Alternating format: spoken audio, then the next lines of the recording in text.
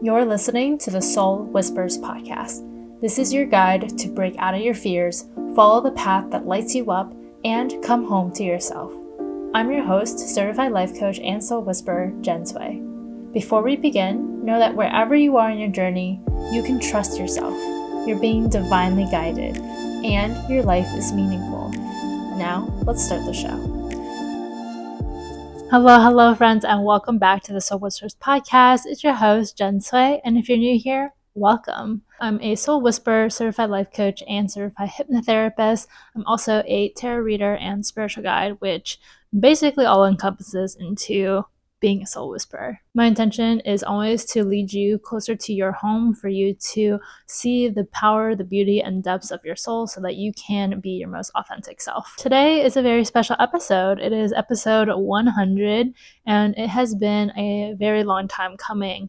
I feel like I haven't been podcasting for too long, but also a really long time.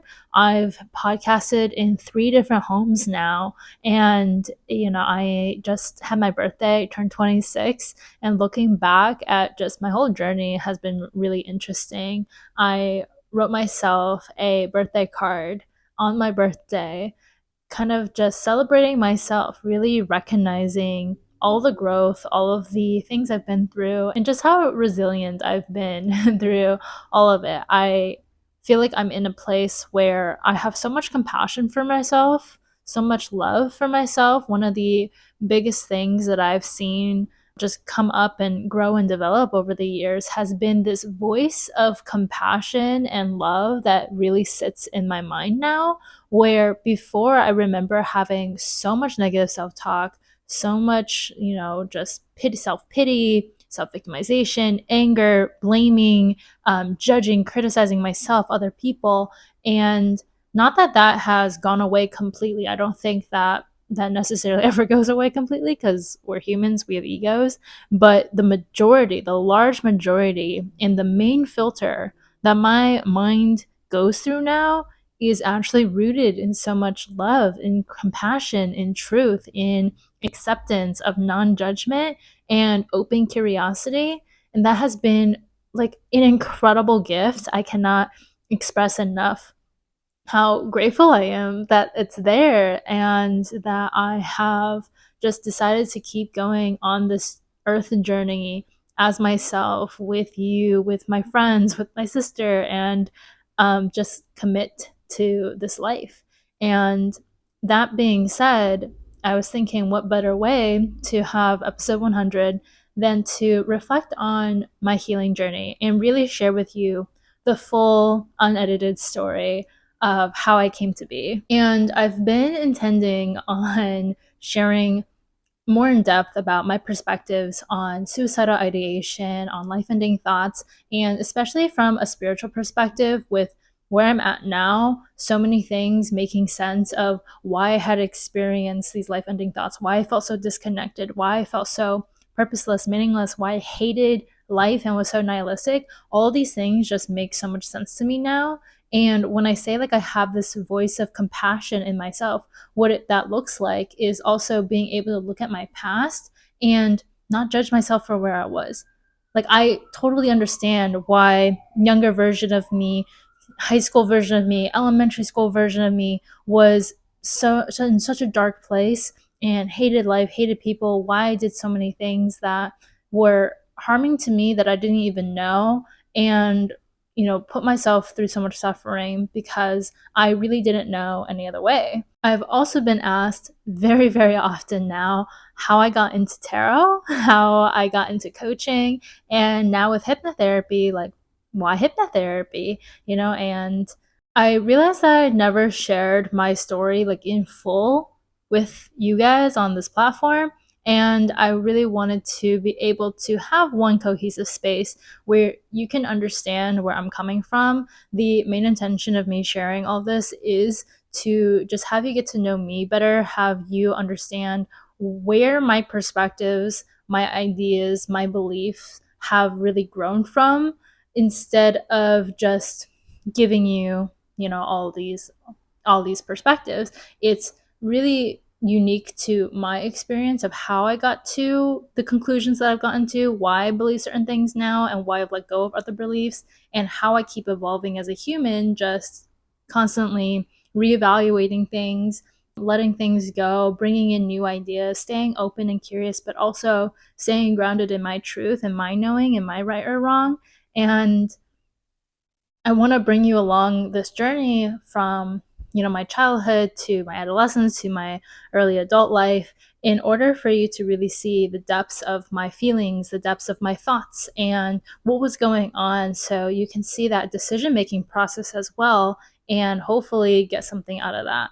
Now, the intention, like I said, is just to share. So if this helps you, that's awesome. But I'm not going to say, oh, I just hope that my story helps one person, because I am not in control of that. You get to decide that for yourself. And honestly, like, I think some of my perspectives can be really triggering. Even some of the questions that I ask get triggering to people. And when I say triggering, I think what that really means is like makes people feel uncomfortable, and that's not a bad thing. I've really learned to accept and embrace that for myself. But this is an invitation for you to consume this content responsibly. This and really any piece of content from anyone, but especially with me, consume responsibly. Take what you resonate with, take what's helpful for you, and apply it in a very sovereign and self-led, self-empowered way. And if at any point something doesn't resonate with you, you can feel free to throw it out, put a pin in it, question it for yourself. And if you need to take a break in this episode at all, feel free to do so. So I've already kind of mentioned this, but trigger warning, there's going to be a lot of talk on suicidal ideation, on life-ending thoughts, and mental health in general. I'm also going to be touching upon some experiences that relate to sexual assault, disordered eating habits, weight and dieting, as well as abusive relationships. So if any of that triggers you, like I said, feel free to take a break from it, come back to it, or just do with that as you will. Now, before we dive straight in, I do want to start off with just some fun life updates as well as some announcements. Like I said, I just turned 26. Yay! I feel very much so like an adult now. I feel much more responsible for myself. I feel like my capacity for responsibility has grown a lot. I totally understand the whole psychological principle of your prefrontal cortex not really fully developed until you're like 25, because I feel myself being so much less impulsive, much more mindful. And impulsive as in, like, I don't think I was ever like a super impulsive person where I would just like do things, but I think it's worth like my mind where I'm not so like easy to judge, easy to be swayed in one direction or the other. Maybe this is also my Libra rising, but I can kind of find that balance, that middle ground more easily, and let me say take the time to feel things out. The other thing that comes around with 26 is I remember being so stressed out even just last year about all of the things that are going to change, which is really just things like getting off like parents' health insurance and having to figure that out for yourself, as well as dental insurance. And it sounds so innocuous, right? Like that's just something that you do when you turn into an adult. Like just like doing taxes. Like I remember when I started my business and like filing for an LLC and how to do taxes and all this stuff, and just being like overwhelmed by the thought of it. But then I actually did it and I was like, oh, this ain't that bad. Like you just figure it out. And that has added so much to my self-concept of being able to just be a really capable and resourceful person, and understand that your mind is very rarely like a reliable narrator. Even through all of the work that I've done, all of the training of my mind and my heart that I've done, like you still go through these things. You still go through life, all these stresses. And I just feel much more settled in myself, much more authentic in myself, my moods, like just very much so accepting of me where I'm at and of life. I also got my certification for RTT hypnotherapy at the end of January, which is super exciting because I've been really wanting to bring this modality into my practice to help guide people down deeper depths of healing more of their past so that they can code their reality to help them create the future that they want to have, right? Really manifest things easier and be able to be more present, more mindful, and be in so much more joy in their present day through hypnotherapy. I feel like I had all these tools for the conscious mind and how to deal with the conscious mind, everything from behavior change to neuroscience to psychology, positive psychology, right? Like affirmations and why that works, and all these like almost like mind tricks and mind models to help get your conscious mind on board and really focusing on the concept that your mind creates your reality, right? That the mindset piece is the most important piece. But I kept seeing how there was still like resistance. There was still like this ladder of like to go step by step by step, and kind of it being a lengthy process. And I remember just being like, there's more effective ways. Not that that's not effective. That's very important to be able to consciously, get your mind on board with things and do the real time mental models. But from a subconscious level, right? Being able to make things easier. Right? I'm always like, there has to be a more efficient, more effective way, a faster way, even though like faster not necessarily meaning just time, but just helping you move through things in a more effective way. And hypnotherapy was that thing. So I love that this tool like is just in my tool belt now. I've already done a dozen sessions and it has just blown my mind with how incredible the results can be in just one session. Like everything from chronic health issues to stress and performance anxiety, hypervigilance in relationships, to skin and hair problems. Like it's just the list goes on, as well as even this idea of not being so committed to life, right? Having had like life ending thoughts, but coming from a place where you understand that it's like a soul disconnect. I've been able to see like results in that as well from RTT, and I'm just very excited to see where it goes and how it continues deepening my clients' results. And kind of one final announcement here. I recently just released the details for the next Soul Whispers retreat, which is happening March 16th to 17th in Sedona, Arizona. It's called Lucky in Love. It's happening over St. Patrick's Day weekend. And the theme being Lucky in Love comes from that energy of St. Patrick's Day where it's really like lucky girl syndrome. And if you think about what that really means, it's moving through this world in a way where you are in unison, in sync with the universe, where things are conspiring in your favor, where things are happening for you and not just to you, and you're open to these serendipities, these coincidences, these lucky scenarios where you just get to be greeted by like a happy surprise, by joy, by gratitude, by love all the time. And I'm combining that with the energy of being a lover girl, of being a hopeful romantic, and really wanting to root into your own self love, the way that you show up, the light that you radiate out, and being able to attract in partnerships, relationships, opportunities that are aligned with you, that recognize you, that see you for your worth because you have been able to do so. So all of the details for that retreat is going to be down in the description box. You can sign up now all the way up to a few days before the retreat starts. So all that information is going to be down below. And I'm also going to be talking later on about soul whispering, how you can work with me one-on-one this year in 2024. And there's this portal that's open now on 222, which is this like divine union partnership energy of the 222, all the way until March 3rd, which is 3-3.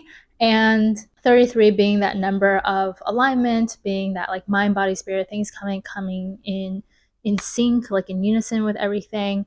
This portal of 222 to 33 is going to be a really special time for you to start working with me one-on-one if you've been thinking about it, because I'm going to be offering you a free ticket to the retreat in Sedona so you can kick off your experience next month in this really beautiful space, this intimate gathering of souls that are like-minded, to be able to start off your journey with that like in-person connection and that big shift. I'm offering it just as a little bonus for this specific window of time. I don't want you to feel FOMO if you can't get in on it at this time. And also, if you've been considering working with me one-on-one, if you want to explore soul whispering, RTT, coaching, tarot, human design, and all of this goodness, in combination with actually seeing me in person, feeling that energy, and really, I love in-person things because it feels like a ceremony where you're just like, I'm declaring that I am a new person. Like it's like going on a vacation and coming back with so much new perspective that your energy just completely shifts without you really having to like do anything. So if you've been wanting to come to the retreat or working with me one-on-one, this is the perfect time to just get in on both of them and yeah, like really massively upgrade yourself this year. So now let's get into the story. I think I already said the disclaimer. I'm not a medical professional, like not a licensed therapist, medical advisor, whatever. Don't take what I say as medical advice, please. Consume this responsibly. Have my trigger warning, so let's just jump in. I'm going to start with how I actually got into tarot. Even though I started off with coaching first, tarot is such a culmination of just my soul essence.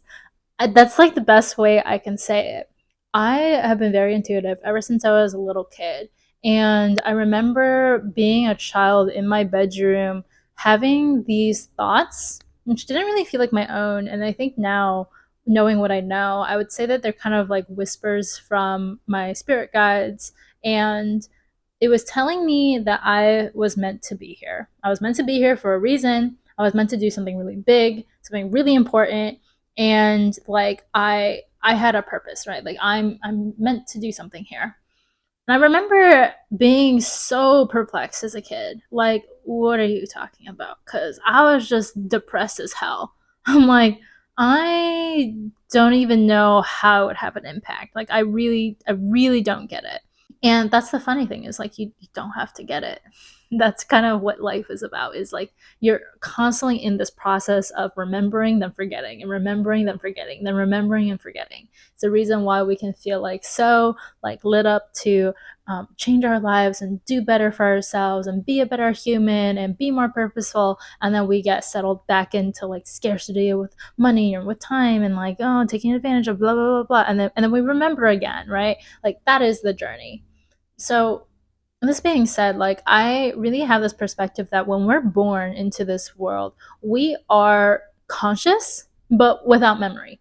Okay, so like we are fully conscious, we are fully alive, we're this pure light. And if you imagine this like orb of golden, pure white light in your chest or something in your soul, that is like your essence. That is a piece of divine energy, of source, of universe, of God, if that terminology resonates with you.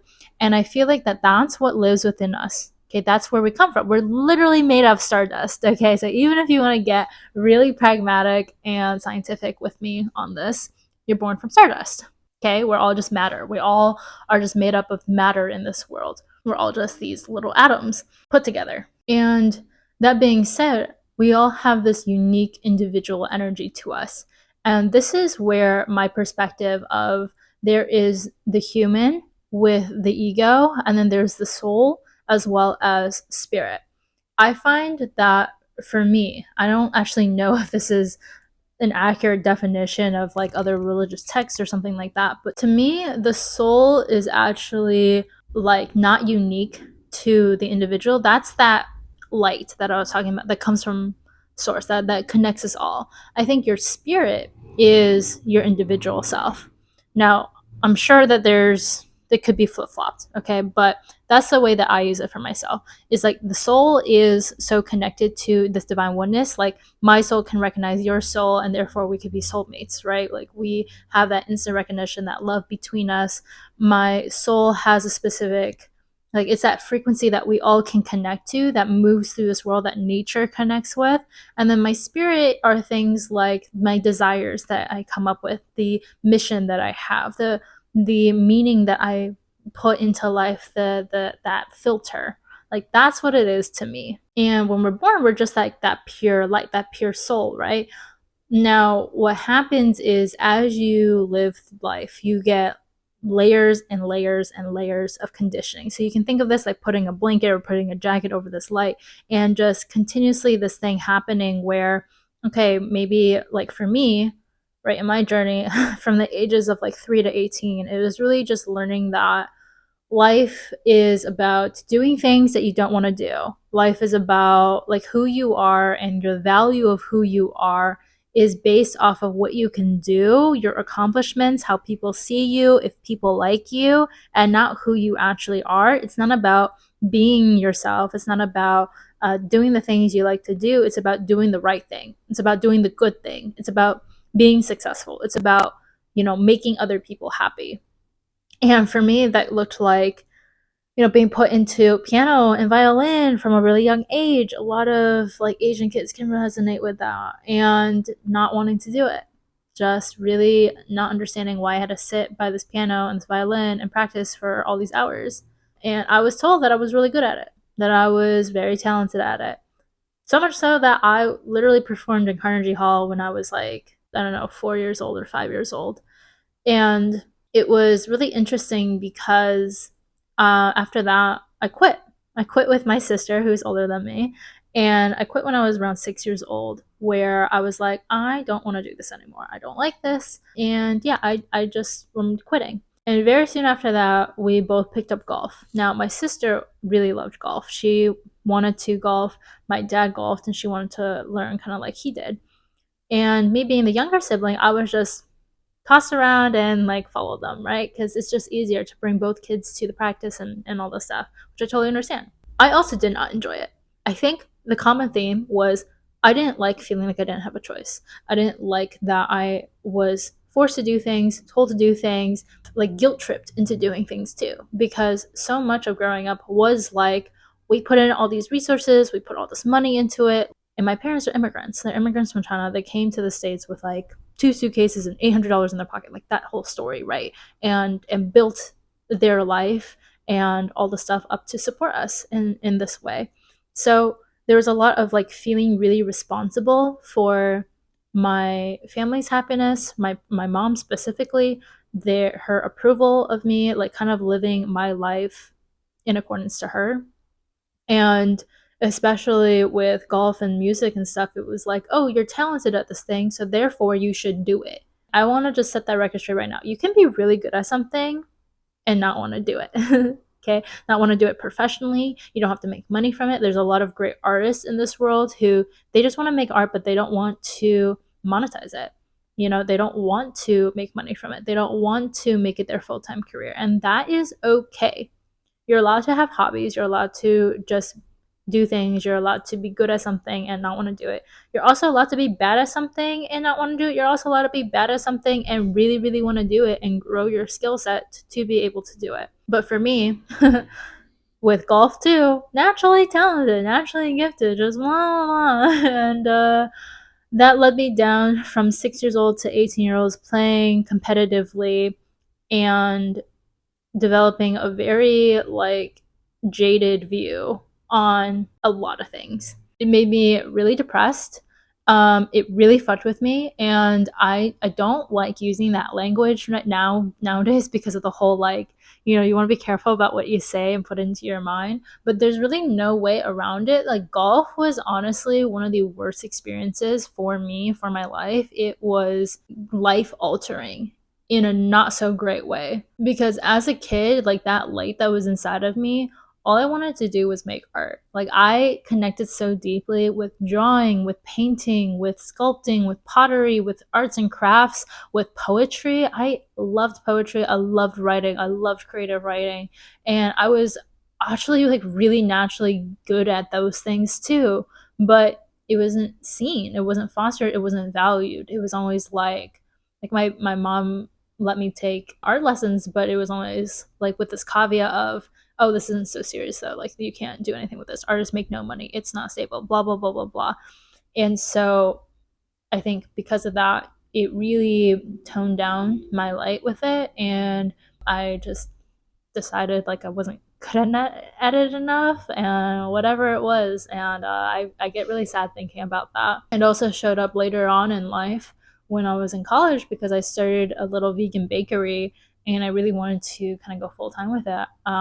I wanted to actually build out a bakery, a vegan bakery, but my mom said something along the lines of, not even along the lines of, she verbatim was like, I did not pay for you to go to school so that you can become a baker. Like anyone can do that. So again, I did not have a strong enough will in myself, enough self trust and dedication to my truth and what I wanted to do yet, and I let that sway me. When I was a kid, I was also really drawn to the spiritual side of things. I had heard about tarot, I heard about astrology, and I really was intrigued by it, but I didn't let myself explore it. I had a lot of premonitions as a kid, like crazy stuff of having visions of things that were happening in the future that I knew were in the future, but I had no idea like how to make sense of it. I would just see these like little images, these little clips from my perspective, from my eyes, and it would happen whether it was the same day, a week later, years later. I remember I had some premonitions as a child that didn't come true until I was in college, but then it was always like these moments of deja vu almost, where in the moment when I'm in that particular scenario, I remember having had seen it, when I was a kid, when I was like falling asleep at night or something like that.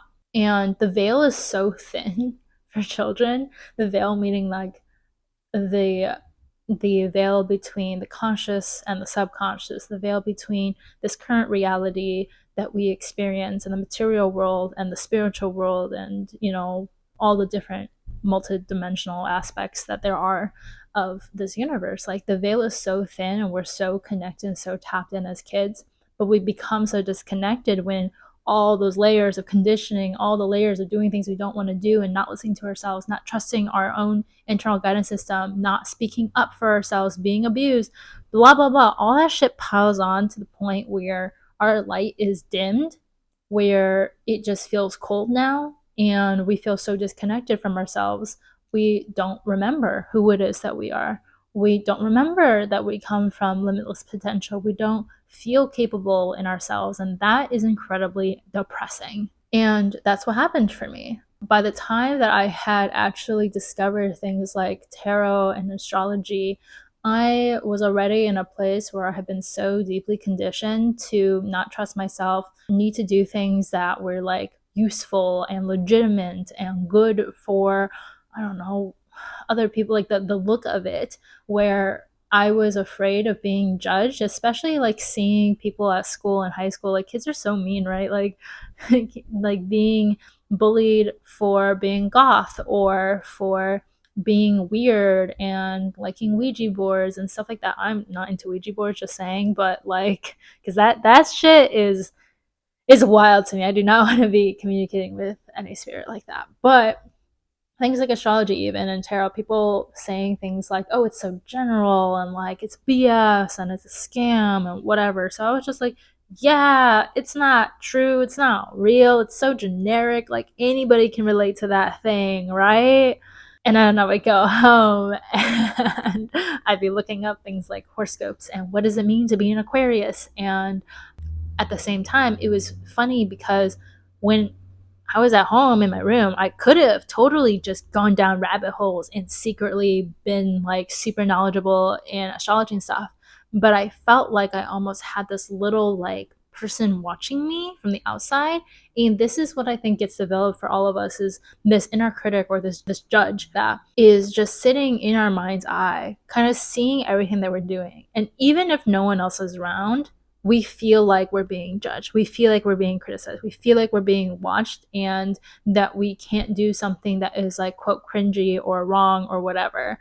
And I remember this feeling too when I started really getting into self help and personal development, where even saying things like affirmations, putting sticky notes on my mirror and saying it out loud, it's like me saying it out loud felt so cringy, felt so unacceptable, felt so like I was gonna get made fun of because I was making fun of myself. But it came from that little inner critic, that little judge that we develop as a kid when we no longer have this cheerleader within us that's like, hey, no, you can do things and like go try it out. And you want to go climb that tree, go climb the tree, right? It gets replaced with our parents' voices or teachers' voices, society's voices, peers' voices, bullies' voices that are telling us that we're not good enough, that we can't do something, that we're stupid, that we're whatever, that it's dumb.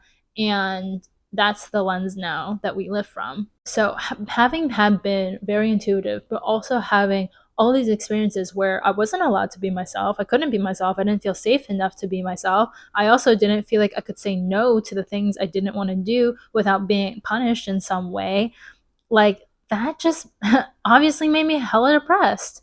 And by the time I was in fifth grade, I had suicidal ideation. Like, I started having life ending thoughts, and it was so tied to golf. It was because of like tournaments that I didn't do well in, and then I would get yelled at. I would be berated. I would be, told of like who I am. Like, I didn't really try. Like, I don't really want it. And like all this stuff that really hurt me as a kid. I also like just wasn't like a super popular kid. Like, I had some friends, but I definitely was not in the in crowd. So if you want to talk about like why depression happens, right? There's three main reasons. One is that I'm different, right? This belief that I'm different and therefore I can't connect with others. There's this belief that I'm not worthy of like good things. I'm not worthy of the love that I want. I'm not worthy of whatever, and therefore what I want is not available to me. And the third is really just not going after what it is that you truly desire, right? It's not going after your heart's passions, your soul's desires. And I had all three of those. My best friends in elementary school moved away, which impacted me way more than I thought I did until like I did hypnotherapy and I realized, oh yeah, that makes a lot of sense now. I was never asked like how are you feeling or like how was school and all the stuff when I got home. It was always just like what grades did you get and like what homework do you have and all these goal oriented things. So at a young age I was very disconnected already from myself. I felt burnt out, which is really funny for like a fifth grader to say. If like a 10-year-old were to like come up to you and be like, I feel burnt out, I'm emotionally numb and I feel very disconnected. It'd be like, what? Why? Like, aren't you supposed to like go and have fun? No. Like, I was not having any fun in life. My schedule wasn't my own. My life didn't feel like my own. It was just a dark time. And that is the whole journey of being unconscious, I think, is that now it was just, I felt so disconnected from my power. As I started to continue going deeper and deeper into life and growing up, like things just felt like I couldn't catch a freaking break. Now, starting in middle school and also developing these disordered eating habits, unhealthy body image, comparison, or whatever, as well as stress of having to perform a certain way, pulling all nighters, as well as moving into high school where I was sexually assaulted at 14 by a peer of mine who was my boyfriend at the time, but he was 4 years older than me. He was 18, and it was definitely not, not a good situation and not my fault, but I definitely felt like there was blame for me. And that part of my journey is really where I see me leading myself into coaching and how I came into that. It was pretty much more or less the same, right? Just a lot of doing things I didn't want to do, taking classes that I didn't really want to take, being around people that I didn't feel seen by, that I felt like I had to be somebody else in order to be liked, but not necessarily because I didn't feel like I could be myself, but because I really genuinely did not know who I was. Like I said, have been so disconnected from like doing things that I really wanted to do that I didn't even know how to be myself. And it really frustrated me to go through high school, go through middle school, just wanting to be myself, and so much advice being like, hey, just be yourself, or don't be yourself, but wanting to be myself, but just not knowing how that even works. Because at that time, being myself meant being in essentially a trauma response, being very reactive, being angry, being dismissive, being a people pleaser, being depressed and sad and just nihilistic. And that also didn't feel like being myself. Like, even going through it, I think there is this intuitive knowing that that wasn't right either, right? That something was wrong, that that's just how I am. Like, I'm just a depressed person and like I just have these really dark thoughts and whatever. Like, that just being who I was too also didn't feel right.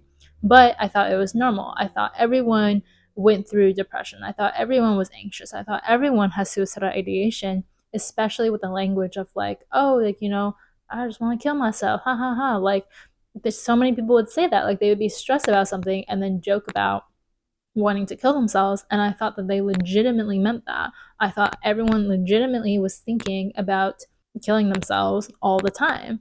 And it wasn't until college that I realized that that just isn't true. It's just not true.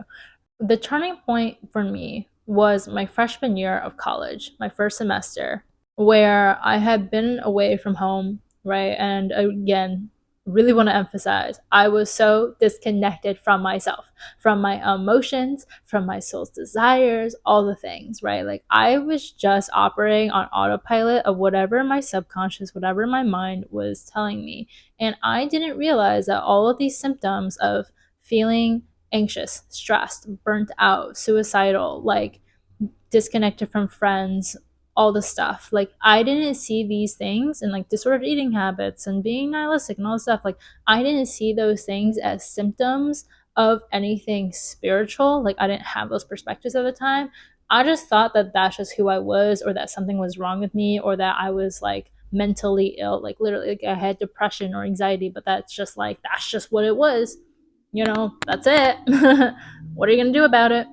I didn't realize it was so much deeper until college and until I found spirituality. So, in my first semester of college, I got gotten into a really abusive relationship. And it was emotionally abusive, it was codependent, mutually toxic as well. Like I was obviously, not in a good place. And by the end of the semester, I was in a hospital for 3 days to be mood stabilized. And essentially, what that meant is like they just wanted to make sure I didn't kill myself. In that first night at the hospital, I witnessed a girl attempt suicide right in front of me. And I was like, oh shit, something's wrong here on multiple fronts.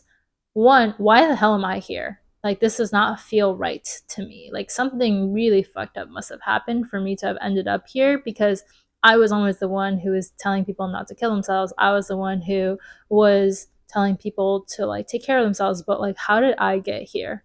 Honestly, I was like, I'm so much smarter than this. Like, I wouldn't kill myself. But at the same time, like, why do I feel like I want to so bad? And I had to really, like, sit with that. On another front too, I was like, how did this happen, that we're literally in a mental health hospital and this person is not getting better? Clearly something really is broken with our system. I remember being in this hospital where they didn't have doors on the bathrooms, for example, because of whatever reasons that they had. I wasn't allowed to have wiring in my bra, and I was like, honestly, I'm like, how the hell am I gonna use the wire in my bra to hurt myself? Like, I can't even get it out, right? And luckily, there was a really nice nurse who like cut the wire out of my bra for me so I could still wear a bra. I was on my period too, and I wasn't allowed to have like tampons. Like it was just crap. They had the shittiest food, absolutely disgusting, and also as a vegan, I know that there's delicious vegan food, but that food is like trash. Okay, like boiled garden chicken, boiled vegetables, like tasteless, awful. And I remember being like, how is anyone expected to heal and to feel better, especially in a mental health hospital, if your food is disgusting? And that experience really shifted a lot of things for me. On one hand, it was in itself traumatic, and then on the other hand, it really was something that woke me up to being in my sacred anger. And I had so much anger. I had so much anger and sadness, rage and grief that was locked up inside of me that I started to actually feel. And that was incredibly powerful, because emotions are one of the ways that our souls speak to us. It's the way that our hearts speak to us. It's the way to understand if we are in alignment, and our souls will speak to us through our emotions, through our intuition. And I remember being like, I am gonna do something about this. I obviously am one person. I cannot heal the entire healthcare system, even though I would feel like I would want to, but like, I'm gonna do something. And it was in that moment that I decided that whatever it was that happened outside, like after I got out of that hospital, like I was going to dedicate myself to helping the system in some way, to helping people with their mental health, to making sure that people don't end up in that situation because the system is broken, and that's fucked up that it's even like that. So if you don't know, I studied health and human sciences with a concentration in psychology at USC. being somebody who was studying psychology so much, like even in high school, it just really resonated with me. And I didn't want to become a therapist or a psychiatrist. I didn't want to work in the system. I felt like there was so much outside of it that really needed me more than in the system. As I continued to go through my healing journey, after I got out of that hospital, I went on medication, went to therapy. After 2 months, I was just like, cool, this medication helped and stuff. And therapy is like a great release to just like cry about my mom for an hour, but it's not helpful. And I remember looking up like my medication specifically and seeing that people have been on it for like 15, 20 years. And I'm like, that is not me. That's not going to be me. That will never be me. I do not want to be on medication for the rest of my life. There has to be another way. And this is where I say, like, if you're on medication, like, don't just stop taking your medication. Okay, you might really need it. It might be really helpful for you. I will say, for me personally, I was like, there has to be another way. Especially this idea that like depression and anxiety and stuff like this is caused by a neurochemical imbalance in the brain and that medication can fix it. It's literally BS. It's not founded in science. Like there's no way to test neurotransmitter like or neurochemical levels. You can't test it. You can't. And so it was based off of a theory that just like sounds like it makes sense, but it's not actually found. That's why there's so many people who do not get helped by it, because it's not just something that you can chemically induce somebody to be happy with. So much of it is rooted in the way that you think, in your behaviors, in your lifestyle, in systems that you don't have control of, and all these different things. But it comes down to like, it's not just something that's purely physical. It is so much mentally, emotionally, spiritually an issue. And so for me, I just knew that that just was not the route that I wanted to go on, that I was going to dedicate myself to fixing that root cause, because I knew that like how I was living my life was just not going to work for me, right? Like I had to make this conscious decision at like 18 years old where I could have easily just off myself. Like we all could just easily off ourselves. And that's the thing, is like you have the power to.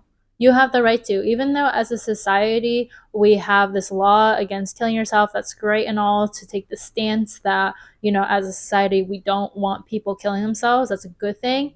And also, you have the right to. You have the power to. And I think that that's what really it comes down to, is that when you're going through suicidal ideation, when you have life ending thoughts, it often comes from this place of you just feel powerless in your life, that you don't have control over your schedule, you don't have control over your energy, you don't have control over anything, that you feel like you're putting in all this effort and not getting anything out, or you can't connect to people no matter how hard you try, whatever it is. And because of that, that life ending thought, the thoughts of killing yourself, seem so seductive, because you're taking your own life, right? You're taking your life into your own hands, literally, but not in an empowering way, in a distorted way. And that's what I really want you to understand here, that suicidal ideation is not a mental health problem. It is a spiritual problem. It is a spiritual disorder. It is a dis-ease of the soul. It is a disconnect from that light that we were born with, because of all the filters, because of all the conditioning that has made us feel like we cannot, should not be ourselves, that we cannot desire the things that we desire, that it is bad, that it is wrong, that we cannot create the life that we want to create because it's not meant for us. It's not for people who look like us, because we're not good enough, because we're not worthy, because it's not available to us. We don't have the resources, whatever it is because of that bullshit story and all those narratives, and just how often we have heard it and we have told it to ourselves, that is creating this disconnect from our souls and creating suicidal ideation, creating life-ending thoughts. And I don't want to glaze over the fact that, yes, our society is messed up in a lot of ways and the system does not help. But at the end of the day, it's like, if that is true, and then what, right? Like, if it's true that racism exists, which it is, what are you going to do about it? Because you can choose to sit and complain about it. You can choose to live by the filter that, like, those are the reasons why you can't have what you want to have. You can sit with the feeling and fear and all this stuff. Or you can choose to be courageous. You can choose to show up anyways. You can choose to believe a different path. You can go out there and actually talk to people and find new people who you resonate with, who race isn't even a conversation. It's never about just that, right? Like, You can find a different reality if you want to believe in it, if you have the capacity to envision it and believe in it before you have the evidence and live in that way until you attract the evidence to you. It is possible. But first, you have to be connected to your power, and that comes from coming back home to yourself, to your soul, of lighting yourself back up, of letting yourself feel your feelings, of doing things that you actually want to do, doing the things that you want to do for yourself, of stop living small and afraid and have the courage to actually take risks for yourself. Because here's the thing, you already know how to work hard. If you're like me, I knew how to work hard. I knew how to stay up late and burn the midnight oil. I knew how to get people to like me by putting their needs in front of my own, by saying things that I didn't really mean, by doing the things that they wanted me to do and not what I wanted to do, by not speaking up, by not setting boundaries. I knew how to do all that stuff. If I know how to go through that much pain and that much suffering, like there's definitely a capacity for me to go through a different type of pain and suffering that is in the direction that I actually want to go, that I'm choosing to go, because it's going to give me the result that I want to get. Whether that was in my mental health of I'm not going to go to therapy, I'm not going to go to this medication, I'm actually going to go down this route of like actually changing my behaviors, of breaking up with somebody who was not right for me, who did not make me feel good about myself. I went abroad and studied in Australia, where I put myself through the discomfort of going to a new country alone, not having really known anybody, and letting myself enjoy the culture, enjoy my time there, connect with other people, be more of myself. I cut off all my hair and took the risks of not liking it, of maybe that hindering me in dating in some way or like whatever. I had a lot of interesting beliefs. But I just decided to go through a different type of discomfort, a different type of discipline, a different type of pain, a different type of, growth in order to get to where I wanted to be, that's actually driven by my curiosities and my desires. And that's how things started to change for me. So it was through all of those experiences that I really came into coaching, because I saw the power of my mind. I saw the power of decisions. I saw the power of the filter of in which you perceive yourself, in which you perceive others, and you perceive life, being able to drastically affect the way that you feel and what you do with your life. Tapping into the feeling of gratitude for the first time, where I was in Australia, I remember this so distinctly. I was walking from campus to downtown to go get some boba. And I had decided to skip class because all the classes at the University of Melbourne were recorded and I could just catch up later. But what I could not catch up on is the time that I was there in this new country by myself at 21 or something, or 20 years old. So I decided to go for this walk and go get some boba, treat myself, and feeling the sun hit my skin, feeling this joy in my body, feeling this alignment. And it was like this little spark of that soul blasting through all those layers of conditioning to be like, hey, I'm here. I'm still here. And once I felt that feeling, like I could not go back to feeling like I didn't feel it before. Before that, all of my gratitude was intellectualized. And at that moment, it was like something I viscerally felt so powerfully that I was like, this is the purpose of life. The purpose of life is to live. Like, that's it. And to this day, I hold that belief so strong that all of our purposes, all of our soul's purpose is to live, is to be ourselves, is to be free, right? And our purpose is not this grand thing of service to others. I think that's where our spirit comes in, of like my spirit's mission is here to help elevate consciousness, to bring people to the power, beauty, and depths of their souls, and to awaken themselves to that. But me, myself, and I, like my purpose, my soul's purpose, and how I'm going to be able to best express my mission is going to be through being myself, through feeling free, through going through all of those things in life and enjoying all my experiences in life. So it was through that pretty much immediately I felt the calling to become a health coach, to help people make peace with their bodies with food, because at that time that was the first thing that I had really discovered for myself, was like I no longer hated my body. I felt so much more intuitive with my eating. I went from really like being disconnected, not just from my soul, but from my body, okay? Where I think that's one of the first symptoms, is that you're not connected with your body. You're not connected with your circadian rhythm, with when you're tired, because you've overrated your signals so much. Like if you're tired so that you can stay up all night and finish a paper, or you override your own social battery because you feel like you need to be at this party, or that you need to go and like network, or you need to go and like connect with people, that you don't honor your own social battery, and you don't even honor your own hunger cues, or your thirst cues, or your body's cues that you need movement and all these different things. So you keep overriding all these things. Even just think of it as simple as like overriding your own body's urge to like fart or something, or to like go poop because you're in a public place and you don't want to make a like you don't want to make a big deal. You don't want other people to know that you pooped at school or something, so you just don't do it. Like, you do all of these crazy things to override your own body's natural wisdom. Like, of course, you're going to have a hard time trusting yourself, trusting your intuition, trusting your decisions, trusting your business decisions, trusting your relationships, because you can't even honor your own body. Like, that's how wild it is. So for me, learning things about like intuitive eating, being able to come out of diet culture of like stop using an app to tell me how many calories I can eat and how many burpees I need to do in order to burn off that like smoothie I had, or to like have to look up places and restaurants ahead of time before going out with my friends so that I could choose the lowest calorie item. Like, all this random shit that I was doing and like weighing myself all the time, all this like meticulous planning, all in an attempt to like control myself, to manipulate my body so that I could fit in better, so I could be happy with myself, whatever it was, whatever that goal oriented thing was. All that stuff I shed so quick at this point in my life, like when I was 20, that I was like, all right, I figured it out. It was literally like this feeling of like, I figured it out. Now I gotta go help people do it. Especially for women, like it honestly pisses me off so much when I hear women talk about weight or wanting to diet or in any way manipulate their bodies. I'm just like, stop it. Like, you're wasting so much time, so much energy. You're literally life draining yourself. Like, this is draining your life force, your energy, your soul's gifts by focusing on all this BS that isn't actually yours. It's society's, or it's your parents, or it's like an ex's, or whatever it is.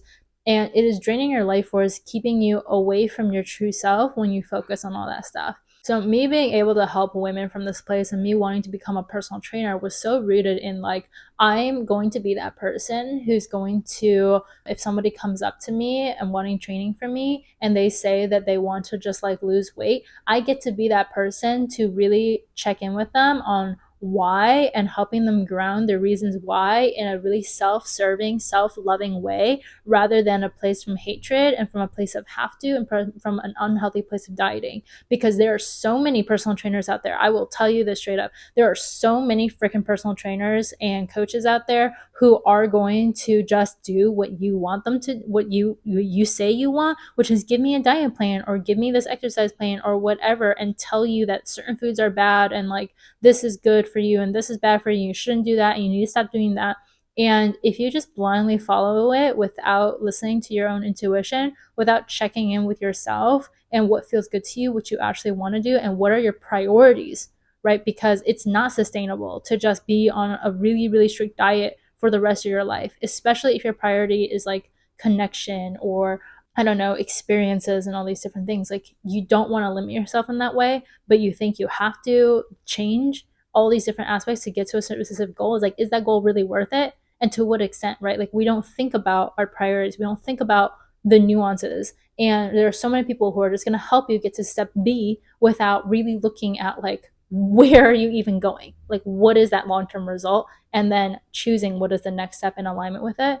So I needed to make sure for me that that's how I was showing up.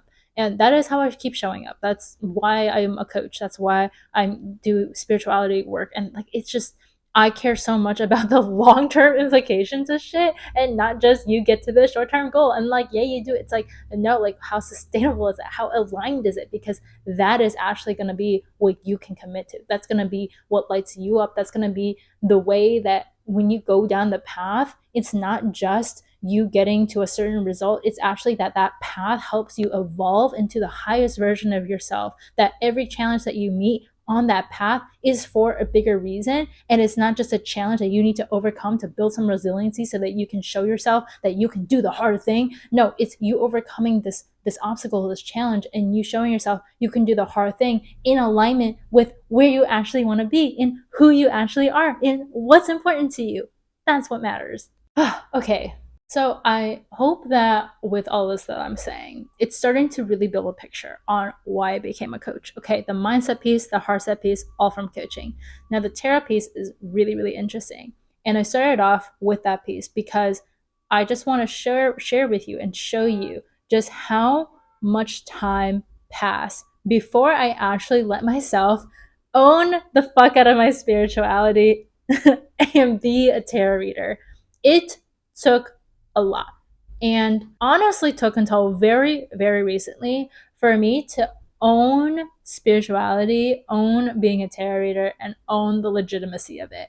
Because all of that deep conditioning, especially in education, in building credibility through degrees, through certifications, through experience and evidence that you other people can see, rather than my own deep knowing and my truth of what works and what doesn't work and what is aligned. I had to go through so much deconditioning, even though I already had so much knowledge as a coach, and from my own personal experiences and from whatever. Like, it took a lot for me to actually implement that into my own life. And a few years ago, I think this was like 2021, I want to say, I got into hypnotherapy. And hypnotherapy and tarot really coincided with each other. I, at the time, was going through some money blocks in my business that were coming up because I knew that I had these narratives, these beliefs about money that stemmed from my childhood, from the way that my parents talked about money. And I wanted to move past it, but it wasn't working for me to just go at it from a really conscious level by just doing thought work about it and changing my thoughts about it, being aware of like unintentional thoughts and whatever, or like doing things differently. It was just really, really sticky. And so I found a hypnotherapist randomly through Instagram who specialized in this modality of RTT, rapid transformational therapy, which is what I got certified in. And I really loved her energy. She was very spiritual as well. I reached out to her. We did a consultation. I was really skeptical of hypnotherapy at first, but after telling her all the things I was going through and why I was interested in it, I was like, this seems like a really good fit. And I just had to trust myself to make this investment with money that I felt like I did not have at the time. And just trust myself that like whatever was going to happen, like it was going to be good. Like I was going to get something out of it. And I was mind blown, honestly, with like the results that I got from it, because I didn't realize how much stuff was just like in my subconscious that were coming up that were still holding me back. Within a month, I was already like feeling so much more clear minded. I didn't even really remember what the symptoms I came to her for were. And then by month two, where we really focused on me feeling confident and trusting my intuition, I felt like, I had shed so many layers right from that light. I had shed so many of those layers that would have taken me a much, much, much longer time consciously to try to go over, because it's stuff that like I didn't even remember, right? It's stuff that you're just not even aware of. And I really do believe in this, one of the principles of RTT, which is that you can't heal what you don't understand. And that's what hypnosis does, is that you understand from a subconscious level, because on a conscious level, this is why we can do so many things where we can go through the healing journey. And even for me, like understanding like why I was going through these challenges of like, okay, well, this comes from my mom criticizing me, and that's why I don't believe in myself, or that's why I criticize myself, or I have this need to have to get everything on sale because my parents taught me this thing and whatever, even though I know that's not true. Or you think that you have to date somebody of a specific type, even though that's not what you really like, and you know that that's not true because that's just not who it is that you are, but you still feel this urge to date by this filter. Like all this stuff that you think you already know why, where it comes from, but it's just not changing. It's because there's not a depth of understanding that's coming from a subconscious level where you're energetically able to receive it, because there's probably something that is like protecting you, that there's like a use case, there's a utilitarian purpose for that belief to still exist that your subconscious is holding on to. And until you can do that work through like something like hypnosis, through shadow work, through energetics, to be able to loosen up the sediment of like what that is, like I really think RTT is glugon for your brain. When you can do that, you can actually let it go and create the space for something new to come into it. So RTT was really, really helpful for me. And it was pretty soon after that, like the next year, I found tarot. And it was on recommendation of one of my coaches that I worked with, who's a marketing coach, but who really was like a spiritual life coach and like guide, who recommended that I look into tarot because it's a really great way to kind of get your brain out of the typical linear thinking that you typically have and have this new stimuli that pops up. Like it's a new circumstance that allows you to go down a new thought, right? It's a practice of your intuition. It's a tool to help you connect. And so I found a deck of Mystical Cats Tarot, which is to this day one of my favorite decks of all time because it's just all these really cute cats all in the tarot. And I remember going through so much resistance in my own head. So kind of that like little judge that I had mentioned before that's like watching you and judging you, even though you might be alone, even though you're in a safe space. I remember being like, I don't know, like this is kind of cringy, or like, or am I gonna be judged for this? Like, is this even credible? Like, whatever. And I just like was like, whatever, I don't really care. And I'm thinking about one client that I had in mind that actually really like, for whatever reason, I think it hit upon a sore insecurity for me, which is that like I felt like I needed everything to be credible and legitimate and that I had to know enough in order to be considered like an expert and to be recognized. And he was very science-based. He was a professor. He was very, very intelligent in science, in math and all that stuff. And I knew that they had some not negative but like some differing views on spirituality and stuff like channeling, mediumship, tarot, and all this different stuff. And because I was working with them at the time, I think that there was a piece of me that still was looking at it from their filter, where I was afraid that they would judge me, that they would, they would lessen my legitimacy, my credibility, and like have less weight on my perspectives, on my advice, on my coaching and stuff if they knew that I was so highly spiritual, which is just kind of funny how that happens sometimes. And I remember just having to be like, F it, like, I don't care what people think if I post about it and whatever. And if anything, I went through a lot of exposure therapy with this stuff where I do let people see on my social media, on my newsletters, and all the stuff about who I am, about my journey through tarot and through spirituality. And it is really good because I realize that like people don't care, or not like people don't care, but it's like people can always self-select out, but that's with anything, that's at any point. And what really matters is like, what do I think about it, and do I enjoy it, and why do I enjoy it, and is it helping people, right?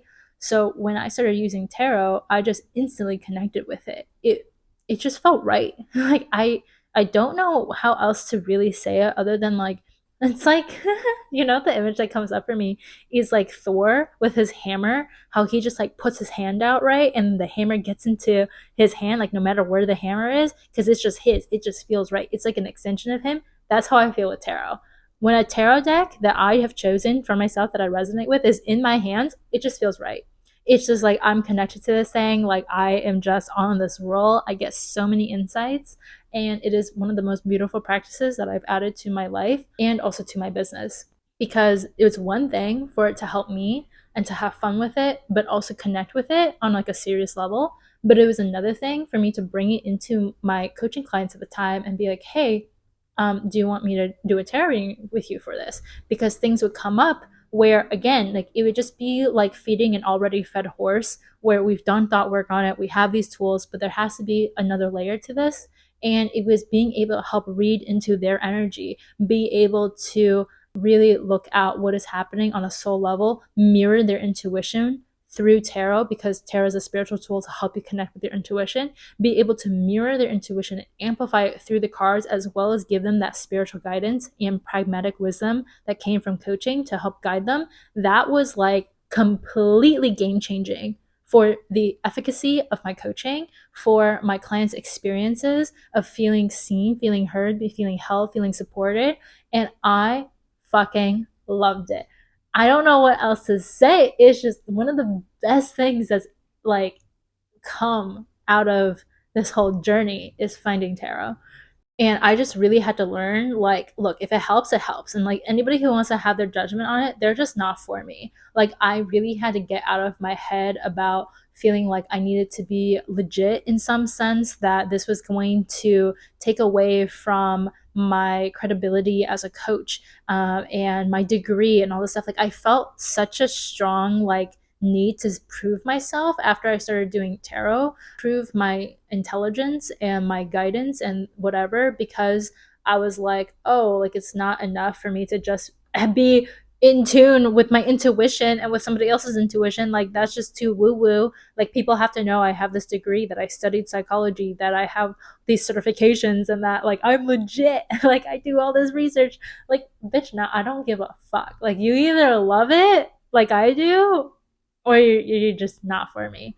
And it's like, if something's more effective, like, why would you not want it? That's why I had to, like, really reevaluate my offer and really bring more spirituality into it, because I was just like, it's cool if people just want coaching just from a mindset piece, but like, like, how much stuff opens up to you when you bring spirituality into it, when you bring things like human design and astrology and like tarot into it. Like, it's so effective. And I'm like, why would you not want more effective guidance? Why would you want to take the longer route because of your ego, thinking that it needs to be like evidence based, like everything has to be evidence based? It's like, your personal experience is evidence. All these people's experience is evidence. That's what science is. Science is all theory and practice. Like, that's it. So that's my little rant on that. But that's how I came into tarot. That's how I came into coaching. And that's how I came into hypnotherapy. Friends, I hope that you enjoyed this episode. It was a long one. And I kind of love that end cap of, like, from the beginning, it was always intuition, it was always spirit, it was always my soul that was guiding me and leading me.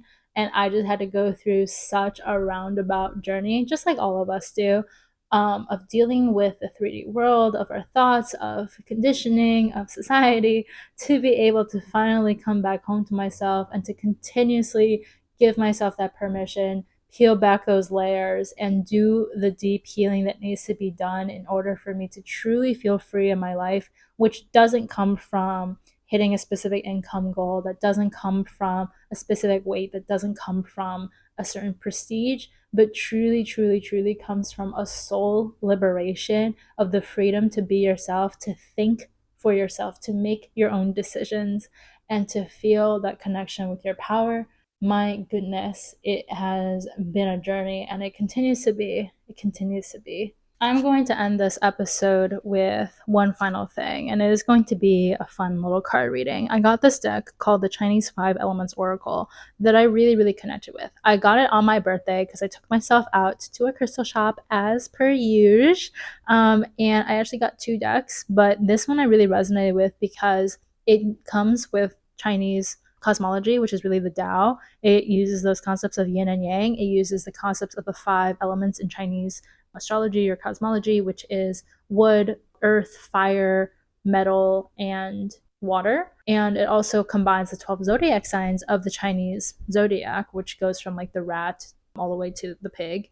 And it combines all of those to bring insight. So I really love it. I'm going to draw a few cards from it. And I will remind you right now of this portal that's opened from 222 to 33, where if you sign up and apply to coach with me, then you are going to also receive a free ticket to the Soul Whispers retreat in Arizona in March. So make sure that if you are at all interested in it, that you make the space to just do this little application.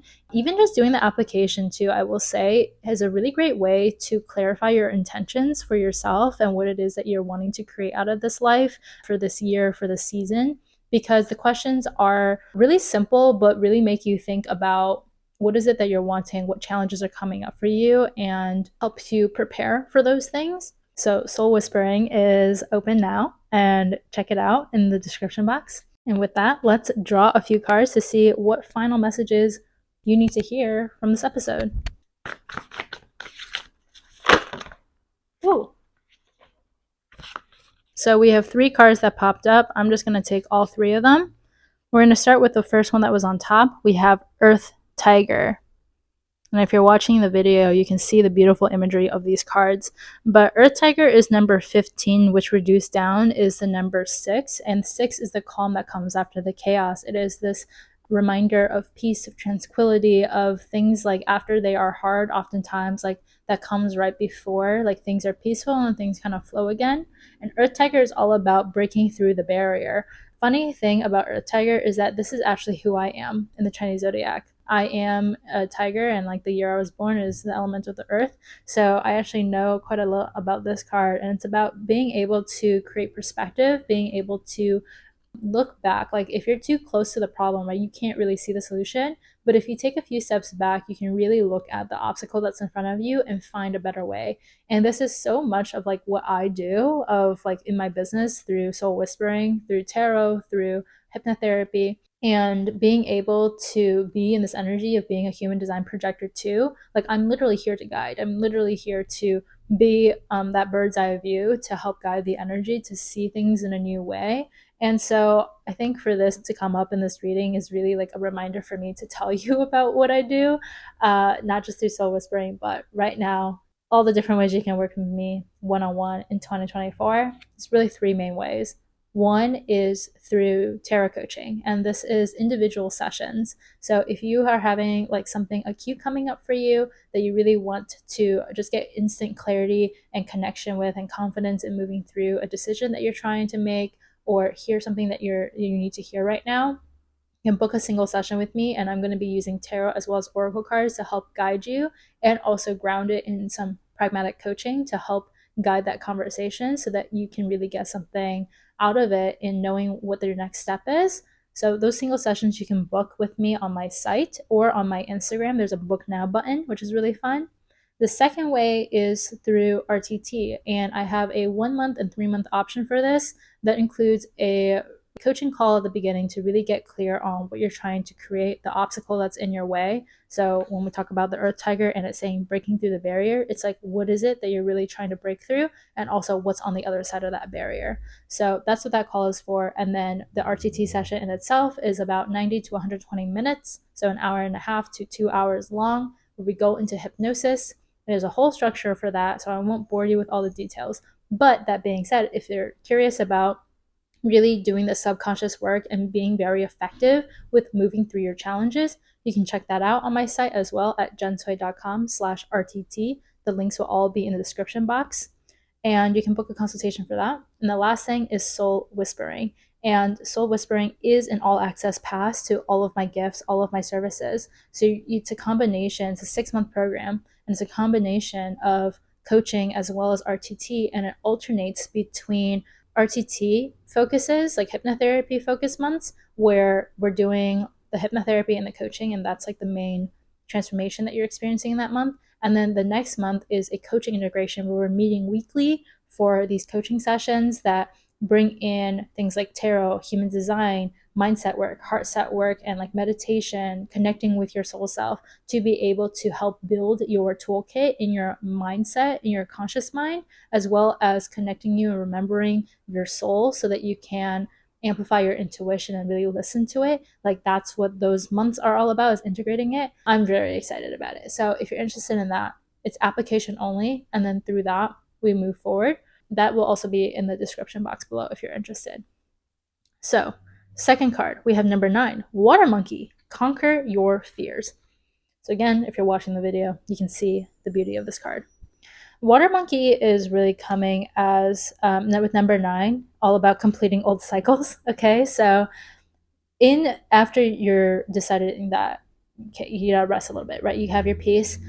Think about all the cycles that you need to end, things that you need to get rid of in order for you to bring in something new. And with this being all about conquering your fear, like think about the way that water moves. Water is very like flowy, right? And when it meets resistance, it cannot flow anymore. So fear does not ever mean don't do the thing. Sometimes it means that, but oftentimes it means have the courage to go after, or to do the thing anyways, right? Without fear, there's no need to be courage. And so with any change that you're trying to make, any goal that you're trying to achieve, this new way of being, just remember that fear is not a sign to stop. It's not a sign to doubt yourself. It's not a sign to pivot. It's actually sometimes a sign for you to just, what we saw here, break through the barrier. Okay, so in order to break through the barrier, you just know that you're going to have to end some old cycles and you're going to need to conquer those fears to create a new cycle, because once you break through that fear, it no longer has power over you, right? And when it no longer has power over you, you now are entering into a new paradigm where you're like more fearless because you've already conquered this thing and you've developed this belief that you're somebody who is able to move past those things. The last thing that we see here is the water dragon. And this year, I think, was the year of the wood dragon. So still a dragon spirit, but different energy here. This is number 29. And 29 reduces down to 11. So master number 11. Okay, so master number 11 doesn't get reduced down to 2. It just stays as 11. And 11 is this number of intuition. It is a very powerful number that's all about listening to yourself, new initiations, new beginnings, but specifically that are aligned with who it is that you really are. It goes beyond just like what you think you want, and it goes aligned into like who it is that you are, feeling your own personal power. Think about like the magician in traditional tarot, and the magician being somebody who's so connected to their power, to the elements, to the resources, knowing that they have the internal and the external resources to create the reality that they want to create so that they can just go after it. That's the energy of master number 11. And the message for you here is manifesting your dreams.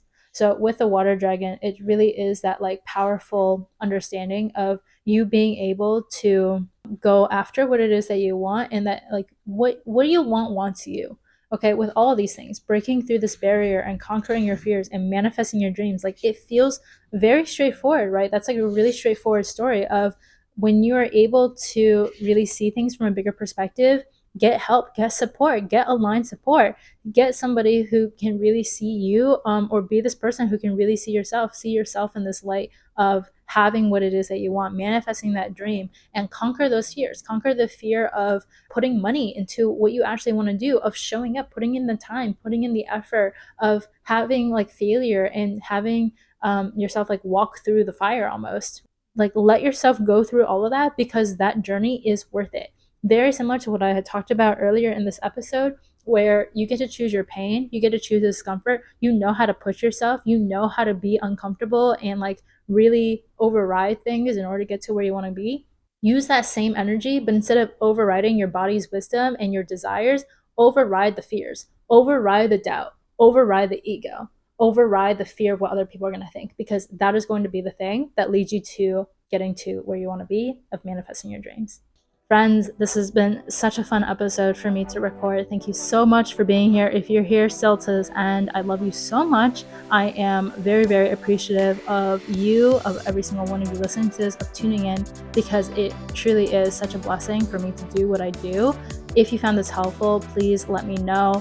Leave a review on Spotify or on Apple Podcasts, wherever you're listening to this. Send it to a friend that you think is helpful and help spread the word, because it really does help me out. And I hope that you have a beautiful, wonderful rest of your day. Until next time, stay well.